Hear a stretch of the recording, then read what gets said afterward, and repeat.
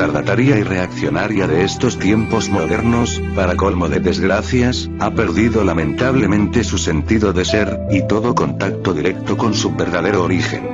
En estos tiempos de degeneración sexual y total deterioro de la mente, ya no solamente se hace imposible definir con entera exactitud el término psicología, sino además, se desconocen verdaderamente las materias fundamentales de la psicología. Quienes suponen equivocadamente que la psicología es una ciencia contemporánea de última hora, están realmente confundidos, porque la psicología es una ciencia antiquísima, que tiene su origen en las viejas escuelas de los misterios arcaicos. Al tipo del snob, al bribón ultramoderno, al retardatario, le resulta imposible definir eso que se conoce como psicología, porque a excepción de esta época contemporánea, es obvio que la psicología jamás existió bajo su propio nombre debido a que, por tales o cuales motivos, siempre fue sospechosa de tendencias subversivas de carácter político o religioso, y por ello se vio en la necesidad de disfrazarse con múltiples ropajes. Desde los antiguos tiempos, en los distintos escenarios del teatro de la vida, la psicología representó siempre su papel, disfrazada inteligentemente con el ropaje de la filosofía. A orillas del Ganges, en la India sagrada de los Vedas, desde la noche aterradora de los siglos, existen formas de yoga que en el fondo vienen a ser pura psicología experimental de altos vuelos. Las 7 yogas han sido descritas siempre, como métodos, procedimientos, o sistemas filosóficos. En el mundo árabe, las sagradas enseñanzas de los sufís, en parte metafísicas, en parte religiosas, son realmente de orden totalmente psicológico.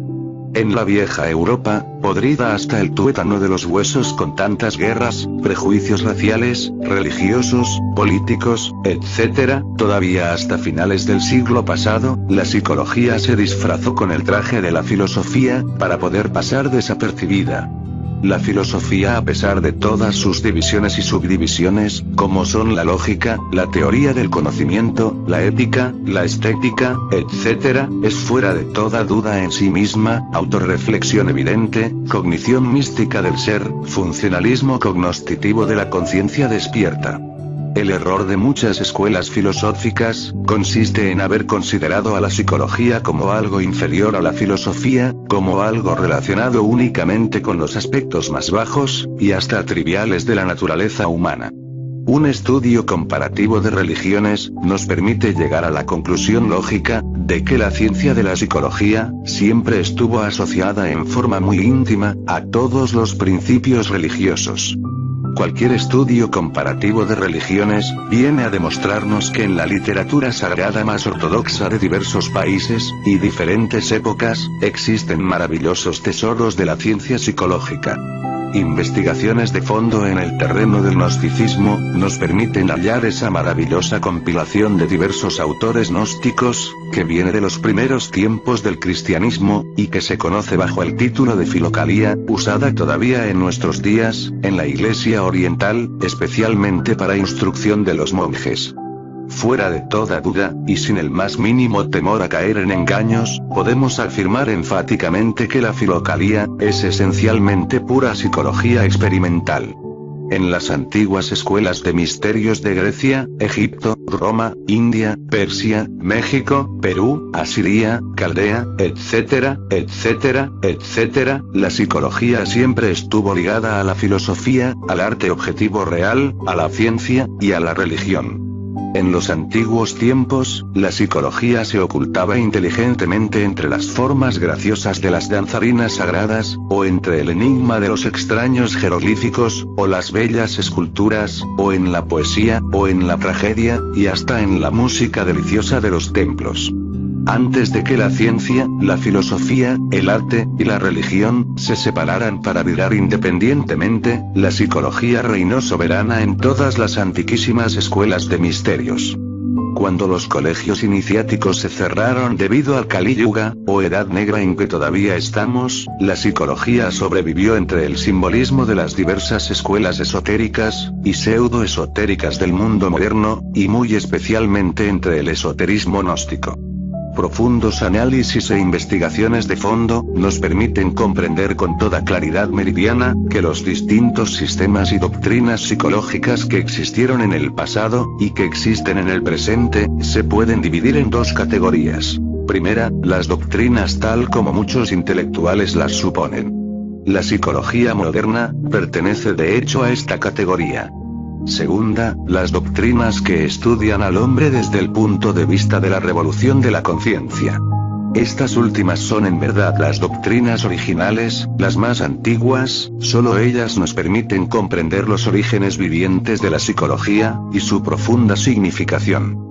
Cuando todos nosotros hayamos comprendido en forma íntegra, y en todos los niveles de la mente cuán importante es el estudio del hombre, desde el nuevo punto de vista de la revolución de la conciencia, entenderemos entonces que la psicología, es el estudio de los principios, leyes, y hechos íntimamente relacionados con la transformación radical, y definitiva del individuo. Es urgente que los maestros y maestras de escuelas, colegios, y universidades, comprendan en forma íntegra, la hora crítica en que vivimos, y el catastrófico estado de desorientación psicológica en que se encuentra la nueva generación. Es necesario encauzar a la nueva ola, por el camino de la revolución de la conciencia, y esto solo es posible mediante la psicología revolucionaria, de la educación fundamental.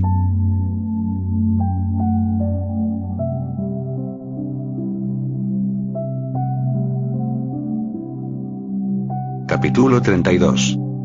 Rebeldía psicológica. Quienes se han dedicado a viajar por todos los países del mundo, con el propósito de estudiar en detalles a todas las razas humanas, han podido comprobar por sí mismos, que la naturaleza de este pobre animal intelectual, equivocadamente llamado hombre, es siempre la misma, ya sea en la vieja Europa, o en el África cansada de tanta esclavitud, en la tierra sagrada de los Vedas, o en las Indias occidentales, en Austria, o en la China. Este hecho concreto, esta tremenda realidad que asombra a todo hombre estudioso, puede especialmente verificarse, si el viajero visita escuelas, colegios, y universidades. Hemos llegado a la época de producción en serie. Ahora todo se produce en cinta sucesiva y en gran escala.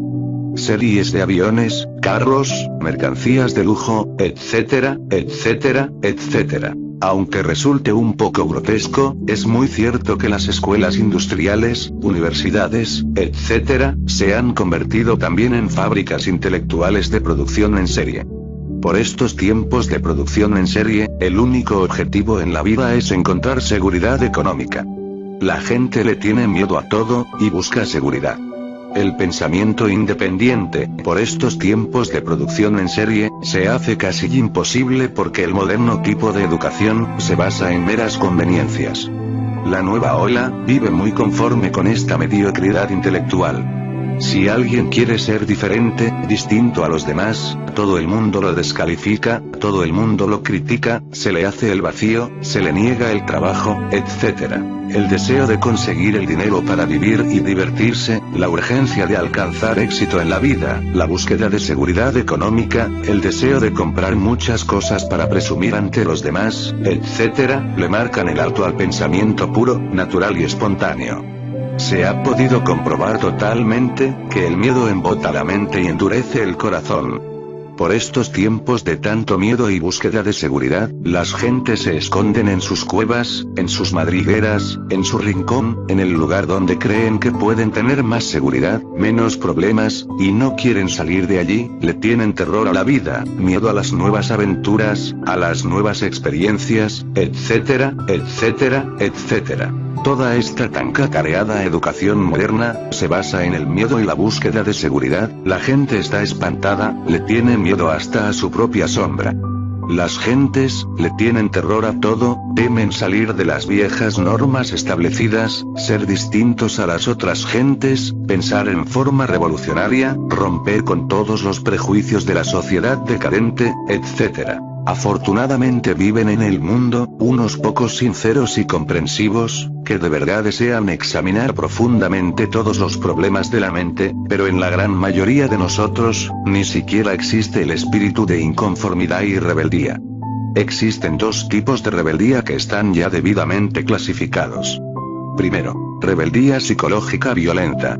Segundo, rebeldía psicológica profunda de la inteligencia. El primer tipo de rebeldía es reaccionario, conservador y retardatario. El segundo tipo de rebeldía es revolucionario. En el primer tipo de rebeldía psicológica, encontramos al reformador que remienda trajes viejos, y repara muros de viejos edificios para que no se derrumben, el tipo regresivo, el revolucionario de sangre y aguardiente, el líder de los cuartelazos y golpes de estados, el hombre de fusil al hombro, el dictador que goza llevando al paredón a todos los que no acepten sus caprichos, sus teorías. En el segundo tipo de rebeldía psicológica, encontramos a Buda, a Jesús, a Hermes, al transformador, al rebelde inteligente, al intuitivo, a los grandes paladines de la revolución de la conciencia, etcétera, etcétera, etcétera. Aquellos que solo se educan con el absurdo propósito de escalar magníficas posiciones dentro de la colmena burocrática, subir, trepar al tope de la escalera, hacerse sentir, etc., carecen de verdadera profundidad, son imbéciles por naturaleza, superficiales, huecos, 100% bribones. Ya está comprobado hasta la saciedad, que cuando en el ser humano no existe verdadera integración de pensamiento y sentimiento, aunque hayamos recibido una gran educación, la vida resulta incompleta, contradictoria, aburridora, y atormentada por innumerables temores de todo tipo. Fuera de toda duda y sin temor a equivocarnos, podemos afirmar enfáticamente que sin educación integral, la vida resulta dañosa, inútil y perjudicial. El animal intelectual tiene un ego interno compuesto desgraciadamente por distintas entidades, que se fortifican con la educación equivocada. El yo pluralizado que cada uno de nosotros lleva dentro, es la causa fundamental de todos nuestros complejos y contradicciones. La educación fundamental debe enseñar a las nuevas generaciones nuestra didáctica psicológica para la disolución del yo.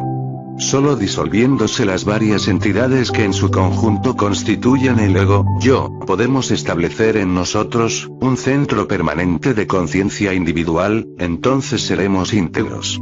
Mientras exista dentro de cada uno de nosotros el yo pluralizado, no solamente nos amargaremos la vida a sí mismos, sino que también se la amargaremos a los demás.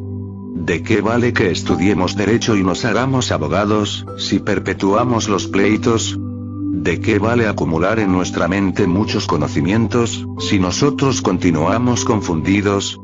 ¿De qué sirven las habilidades técnicas e industriales, si las usamos para la destrucción de nuestros semejantes? De nada sirve instruirnos, asistir a clases, estudiar, si en el proceso del diario vivir, nos estamos destruyendo miserablemente los unos a los otros. El objetivo de la educación, no debe ser solamente producir cada año nuevos buscadores de empleos, nuevo tipo de bribones, nuevos patanes, que ni siquiera saben respetar la religión del prójimo, etc. El verdadero objetivo de la educación fundamental, debe ser crear verdaderos hombres y mujeres integrados, y por lo tanto, conscientes e inteligentes. Desgraciadamente los maestros y maestras de escuelas, colegios, y universidades, en todo piensan, menos en despertar la inteligencia integral de los educandos. Cualquier persona puede codiciar y adquirir títulos, condecoraciones, diplomas, y hasta volverse muy eficiente en el terreno mecanicista de la vida, pero esto no significa ser inteligente. La inteligencia no puede ser jamás mero funcionalismo mecánico, la inteligencia no puede ser el resultado de simple información libresca, la inteligencia no es capacidad para reaccionar automáticamente con palabras chispeantes ante cualquier reto. La inteligencia no es mera verbalización de la memoria. La inteligencia es la capacidad para recibir directamente la esencia, lo real, lo que verdaderamente es. La educación fundamental, es la ciencia que nos permite despertar esta capacidad en nosotros mismos y en los demás. La educación fundamental, ayuda a cada individuo a descubrir los verdaderos valores que surgen como resultado de la investigación profunda, y de la comprensión integral de sí mismo. Cuando no existe en nosotros autoconocimiento, entonces la autoexpresión, se convierte en autoafirmación egoísta y destructiva. La educación fundamental solo se preocupa por despertar en cada individuo, la capacidad para comprenderse a sí mismo en todos los terrenos de la mente, y no simplemente para entregarse a la complacencia, de la autoexpresión equivocada del yo pluralizado.